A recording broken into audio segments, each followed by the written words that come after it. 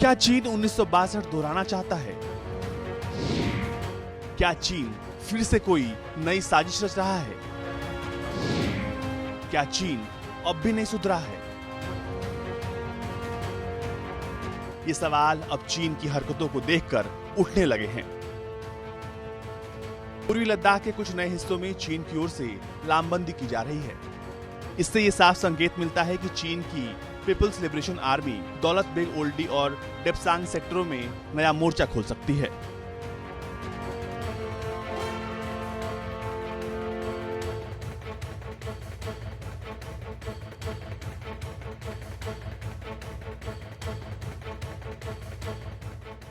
India today के सूत्रों का कहना है कि आंकड़ों से इस बात की पुष्टि हुई है कि पूर्वी दौलत बेग ओल्डी में चीन की तरफ से लामबंदी की जा रही है। जून महीने में चीनी बेस के पास कैंप और वाहन देखे गए हैं।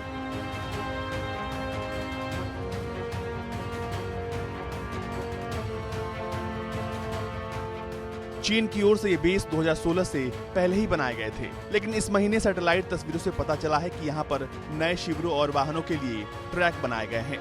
जमीनी ट्रैकिंग के जरिए भी इस बात की पुष्टि हो चुकी है।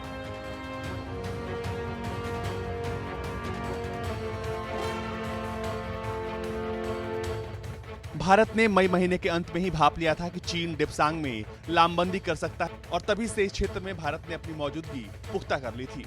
डेप्सांग वो इलाका है जहां पर चीन की सेना ने 2013 में घुसपैठ की कोशिश की थी। गलवान घाटी में दोनों सेनाओं के बीच हुई हिंसक झड़प के बाद विभिन्न स्तरों पर दोनों देशों के बीच बातचीत जारी है।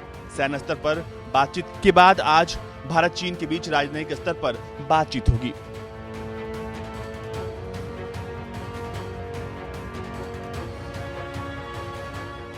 भारत और चीन के बीच आज संयुक्त सचिव बात करेंगे।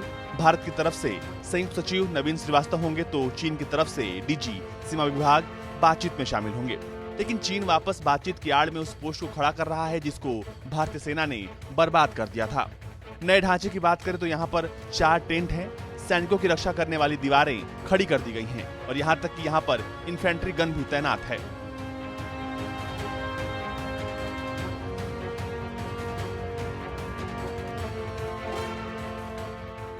गौर करने वाली बात यह है कि इन ढांचों को बनाने में समय लगा होगा। इससे चीन की कुटिल नीति एकदम साफ हो जाती है।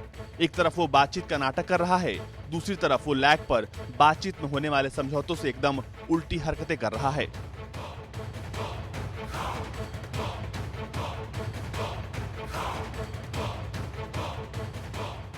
ब्यूरो रिपोर्ट, भारत तक।